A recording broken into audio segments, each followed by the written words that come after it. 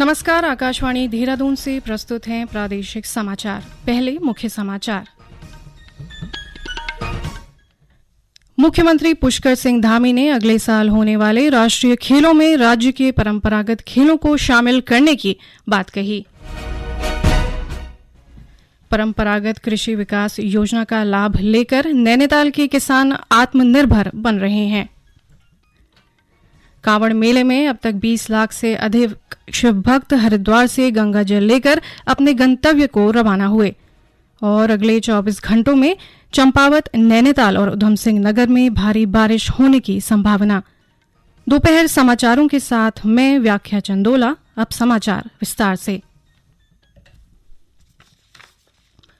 मुख्यमंत्री पुष्कर सिंह धामी ने राज्य में अगले साल होने वाले 38वें राष्ट्रीय खेलों को सफलता के साथ पूरा करने के निर्देश दिए हैं। देहरादून में अधिकारियों के साथ बैठक में मुख्यमंत्री ने कहा कि इससे राज्य की देश में पहचान बनेगी और पर्यटन को भी बढ़ावा मिलेगा। मुख्यमंत्री ने राष्ट्रीय खेलों में राज्य के परंपरागत खेलों को शामिल करने की बात भी कही।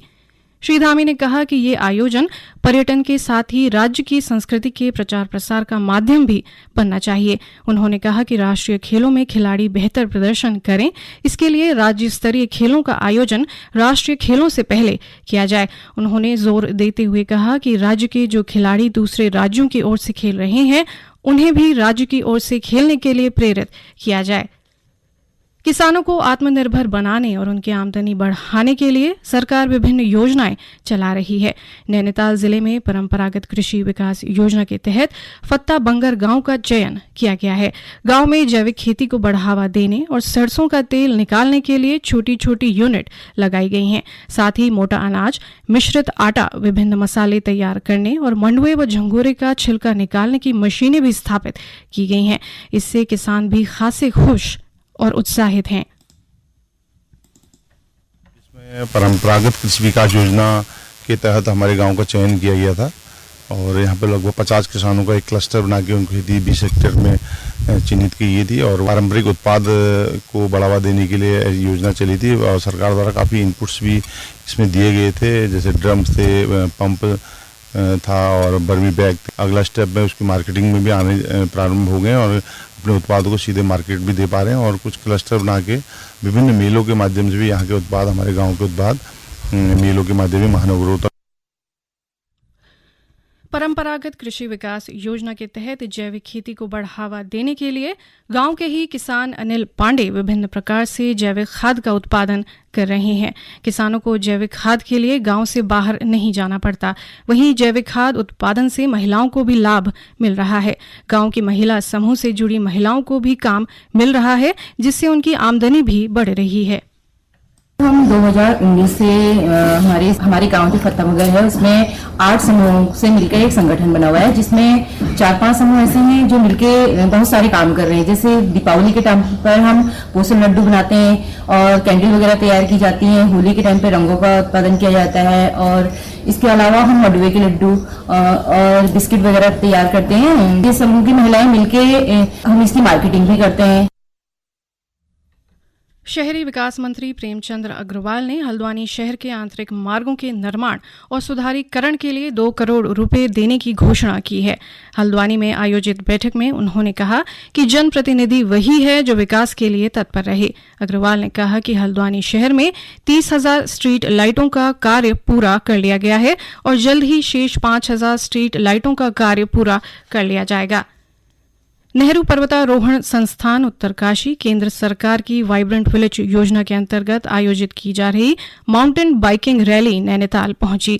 इस अवसर पर निम के प्रधानाचार्य व team leader colonel Anshuman Bhadauria ने बताया कि वाइब्रेंट विलेज योजना का लक्ष्य चीन की सीमा पर स्थित गांव का व्यापक विकास करना और सीमावर्ती गांव में रहने वाले लोगों के जीवन की गुणवत्ता में सुधार करना है। इसी के लिए लोगों को जागरूक करने के लिए ये माउंटेन टेरेन बाइकिंग एक्सपीडिशन अभियान शुरू किया गया है। उन्होंने बताया कि नेहरू पर्वतारोहण संस्थान द्रौपदी का डांडा में जान गंवाने वाले अपने 11 प्रशिक्षुओं की याद में 11 अविजित शिखरों पर आरोहण करेगा और इन चोटियों का नाम उन प्रशिक्षुओं के नाम पर रखा जाएगा।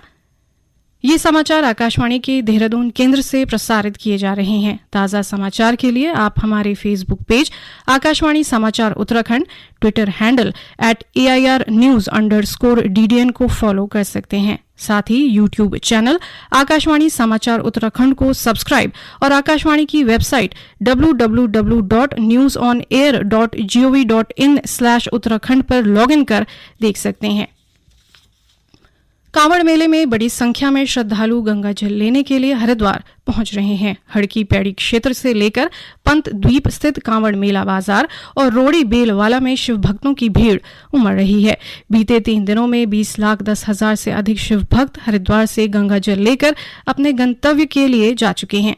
हरिद्वार के वरिष्ठ पुलिस अधीक्षक अजय सिंह ने बताया कि मेले में कांवड़ियों के लिए सभी तरह की व्यवस्थाएं की गई हैं। और अब एक नजर आज के मौसम पर। मौसम विभाग ने चंपावत, नैनीताल और उधम सिंह नगर में अगले 24 घंटों के दौरान भारी बारिश होने की संभावना जताई है। विभाग के अनुसार इस अवधि में राज्य के अन्य हिस्सों में भी मध्यम से तेज बारिश हो सकती है। मौसम विज्ञान केंद्र देहरादून से प्राप्त जानकारी के अनुसार अगले आने वाले दिनों में भी राज्य के अधिकांश हिस्सों में मध्यम से तेज बारिश का दौर जारी रहेगा। इस बीच राज्य के अधिकांश हिस्सों में बारिश का दौर जारी है। चंपावत, बागेश्वर, अल्मोड़ा, पिथौरागढ़, पौड़ी और चमोली जिले में बारिश होने के समाचार हैं।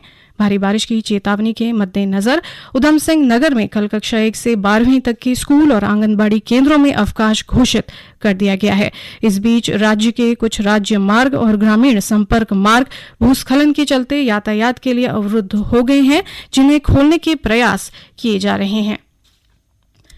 शिक्षा मंत्री धन सिंह रावत ने अल्मोड़ा में राजकीय शिक्षक संघ के प्रांतीय अधिवेशन में आयोजित शिक्षक उन्नयन कार्यक्रम में हिस्सा लिया।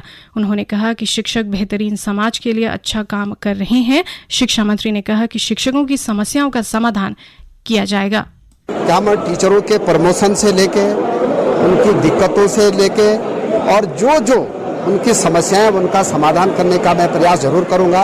और इस बार मुझे बड़ा अच्छा लगा कि लगभग 4,500 टीचरों के ट्रांसफर हुए हैं। टीचरों की एक दिक्कत और थी कि उनको एलटी में जो टीचर कुमाऊं में है और जो गढ़वाल में, वो ये चाहते हैं कि हमको एक बार जो है अपने जिले में मौका दिया जाए। इसके लिए भी मैं उनका समाधान जरूर करूंगा।